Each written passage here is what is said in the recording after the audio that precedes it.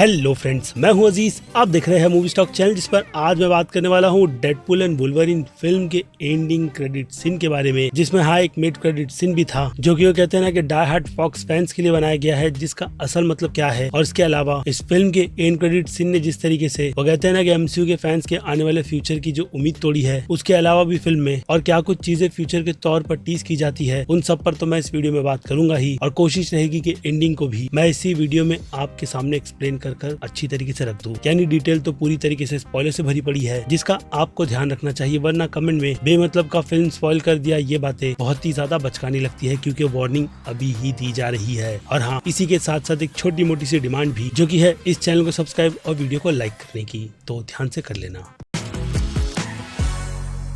So friends, तो सबसे पहले फिल्म के एंडिंग क्रेडिट की ही बात कर लेते हैं, जिसका इंतजार थिएटर में सिर्फ मैं नहीं बल्कि सारे के सारे एमसीयू फैंस कर रहे थे, दो चूतियों को छोड़कर, जो कपल सीधे सीधे उठ करके बाहर चले गए, क्योंकि शायद से उन्हें लगा होगा कि फर्स्ट डे फर्स्ट शो खाली होगा। लेकिन खैर अब किया ही क्या जाए। लेकिन उसके अलावा उस एंड के सीन के खत्म हो जाने के बावजूद भी उम्मीदें थी लोगों की, क्या वो कहते हैं ना कि हिंदी वॉइस आर्टिस्ट के नाम के बाद फिल्म का एक और पोस्ट क्रेडिट सीन निकल कर आएगा। तो फिर बाद में मैंने श्योरिटी दी कि ऐसा कुछ होगा नहीं, जिसके बाद उनकी निराशा वो कहते हैं ना कि थोड़ी सी ही थी, क्योंकि फिल्म ने कहीं ना कहीं उन्हें काफी ज्यादा सेटिस्फाई भी किया था। और हाँ, मुझे भी, जिसका रिव्यू आपको ऊपर यही कहीं दिए गए आई बटन पर दिख भी रहा होगा। लेकिन अगर मुझसे क्लियरली पूछा जाए तो वो एंड का क्रेडिट सीन ना तो एमसीयू के फ्यूचर में और ना ही एक्समैन की सागा में किसी तरीके का योगदान देता है। बस बात यही क्लियर करके बताता है कि डेडपुल असल मायने में कैसेंड्रा नोवा के सामने जो कोई भी बातें जॉनी स्टॉर्म की रख रहा था, वो 100% सही थी। जो एक्सपीरियंस तो डेफिनेटली मैं आपसे नहीं छीनूंगा, क्योंकि अगर मैं बोलना भी चाहूँ तो यूट्यूब उसकी परमिशन नहीं देगा। लेकिन अगर देखा जाए तो डेडपुल के अनुसार जब उनकी पहली मुलाकात कैसेंड्रा नोवा से होती है, तब उसे पहली बात तो ये नहीं पता होता है कि कैसेंड्रा के पास कितनी ज्यादा पावर है, उसके अलावा लोग उससे इतना ज्यादा डरते क्यों है। और फिर क्या, वहाँ पर जॉनी स्टॉर्म के ही साथ वो कुछ ऐसा कर दिखाती है, जिससे कि डेडपुल और वुल्वरीन दोनों का मुंह कहीं ना कहीं थोड़ा बहुत बंद तो हो ही जाता है। लेकिन इन सब के बीच फैंस की वो उम्मीद, वो भी क्रिस ह्यूवान्स के ह्यूमन टॉर्च के कैरेक्टर को लेकर के पूरी तरीके से निराशा में भी बदल जाती है, और कहीं ना कहीं उन्हें सोचने पर यह भी मजबूर करती है, क्या वो असल में वही फैंटास्टिक फोर वाले ऑब्वियसली जॉनी स्टॉर्म है, यानी कि ह्यूमन टॉर्च। तो मैं कहूंगा कि उसके चांसेस 50-50 है, या फिर हो सकता है कि श्योरिटी कुछ उसी तरीके की दी गई हो, क्योंकि अब देखा जाए तो एमसीयू के यूनिवर्स में ह्यूमन टॉर्च का रोल क्रिस इवान तो कतई ही प्ले नहीं करेंगे। वो यहाँ पर डेफिनेटली इस फिल्म में सिर्फ और सिर्फ फैन सर्विस के लिए ही थे, जिन्हें हो सकता है कि आगे यूज बस डेडपुल का ही मजाक उड़ाने के लिए किया जाए। क्योंकि देखा जाए तो डेडपुल ने क्रिस इवान की शक्ल को ही देख करके वॉइड में यह अनुमान लगा लिया था कि वो स्टीव रॉजर एक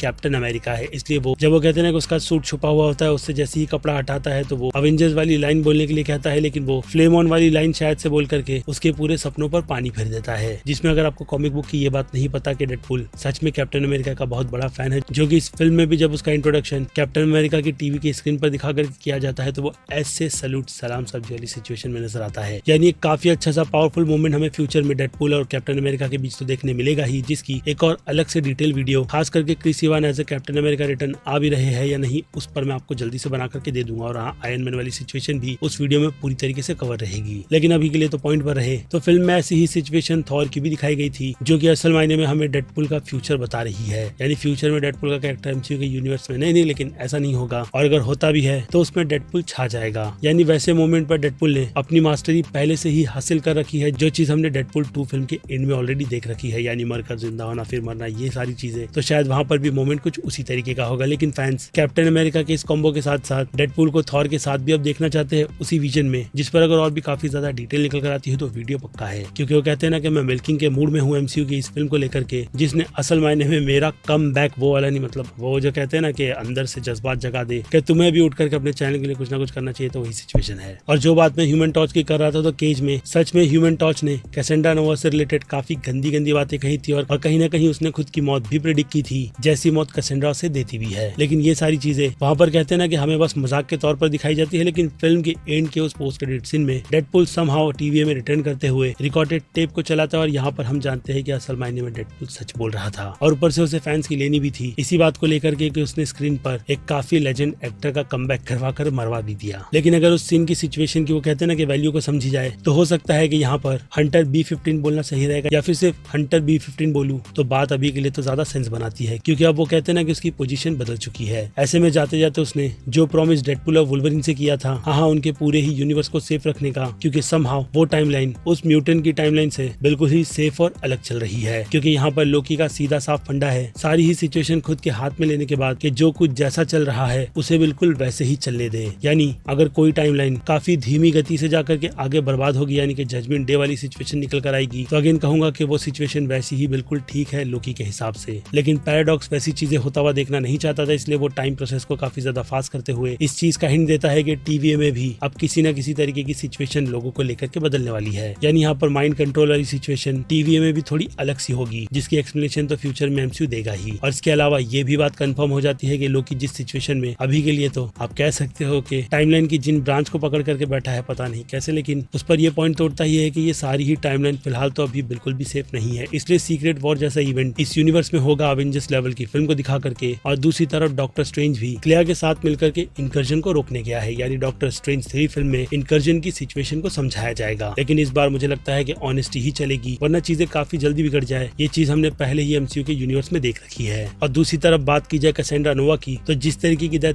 उसकी दिखाई गई है, उससे तो ये बात साफ हो जाती है कि चार्ल्स जेवियर ने जो चाल इसके पहले या फिर कहूँ रिसेंटली एक्समैन 97 वाली सीरीज में की है, कुछ वैसी भी नजर आती है। और फिर काफी prime example X Men the last stand film का भी है, जिससे कि वो कहते हैं ना कि अपने दिमाग की शक्ति को बहुत ही अच्छी तरीके से यूज करते हुए समहाउ प्रोफेसर सर्वाइव कर जाते हैं। लेकिन यहाँ पर कैसेंड्रा की सिचुएशन जब तक वो किसी में उंगली ना करे, तो हाँ आप कह सकते हो कि उस लेवल की नहीं बनती। लेकिन याद रहे कि जहाँ पर वो उस टाइम डिवाइस को यूज कर रही थी, वहाँ पर एक हिसाब से वो पूरी टाइमलाइन में ही उंगली कर रही थी। ऐसे में उसका बचना मुझे लगता है कि काफी ज्यादा इजी भी रहेगा। और ऊपर से अगर आप उस कैरेक्टर के मोटिव को समझो, जो फिलहाल तो आपको सोचने में काफी ज्यादा बचकाना लग रहा होगा, तो लेकिन मेरे लिए वो कहीं ना कहीं सेंस इसलिए बनाता है, जिसमें कैसेंड्रा एक हिसाब से डरती है वॉइड की दुनिया को छोड़ने से, जहाँ पर हाँ वो खुद की पावर और खुद को जितना ज्यादा सुप्रीम मानती है रियल वर्ल्ड में, यानी जितनी भी टाइमलाइन है वहाँ पर वो खुद को उस लेवल पर रखकर नहीं देखती। ऐसे में उसका डर तो मुझे लगता है कि लाजमी ही है, जिसे अगर मल्टीवर्स के यूनिवर्स के बारे में पता चले और ऊपर से टाइमलाइन जो हर एक टाइमलाइन के यूनिवर्स को अगेन टाइम के ही चलते खत्म कर सकती है, तो वो वॉइड को ही बचा करके खुद को सुप्रीम मानना चाहेगी। लेकिन thanks to Deadpool and Wolverine, जिन दोनों का कॉम्बिनेशन यानी कि हीलिंग फैक्टर को मिला करके ये सिचुएशन पूरी तरीके से रुक चुकी है। यानी देखा जाए तो ये फिल्म समहाउ फॉक्स के यूनिवर्स को रीबूट भी करती है, लेकिन वो कहते हैं ना कि अपने हिसाब से, जो कि अब भी एमसीयू की मेन टाइमलाइन में तो नहीं, लेकिन अपनी एक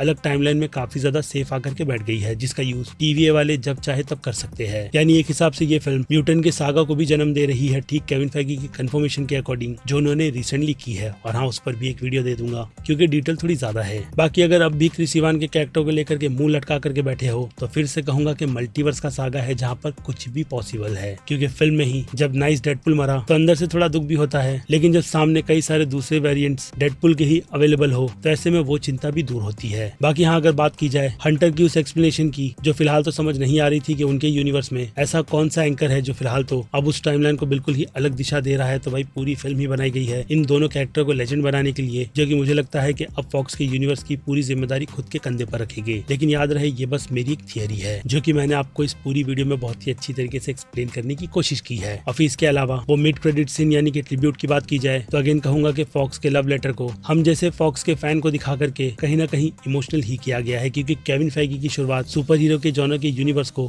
काफी बड़े लेवल पर ले जाने से वहीं से शुरू हुई थी। इसलिए सारे बिहाइंड द सीन्स को दिखा करके ये फिल्म एक हिसाब से फॉक्स के पूरे एक्समैन के यूनिवर्स का एंड करती है, जिसे देख करके तो डेफिनेटली काफी ज्यादा खुशी ही हुई है। बाकी जैसे कि मैंने कहा, इस फिल्म से रिलेटेड कई सारी और डिटेल तो निकल कर आती ही रहेगी, जहाँ पर मैंने आपको दोनों पोस्ट क्रेडिट सीन के साथ फिल्म की एंड की सिचुएशन क्या थी वो अगर थोड़ा मेसी वे से समझाई है तो उसके लिए सॉरी, लेकिन फिर भी कोशिश तो की है, जिसे अप्रिशिएट करना तो बनता ही है। जो अगर पसंद आया है तो फिर क्या, वीडियो को खत्म करने से पहले रिक्वेस्ट भी बनेगी, वो भी हर बार चैनल के एक छोटे से स्टाइल के साथ, जो है कुछ इस तरीके से कि मैं हूँ Aziz movie stock channel, like share subscribe भूलना मत। मिलूंगा जल्दी दूसरी किसी वीडियो में, till then bye.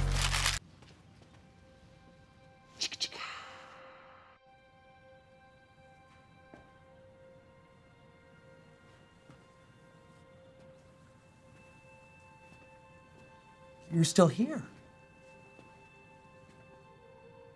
It's over. Go home.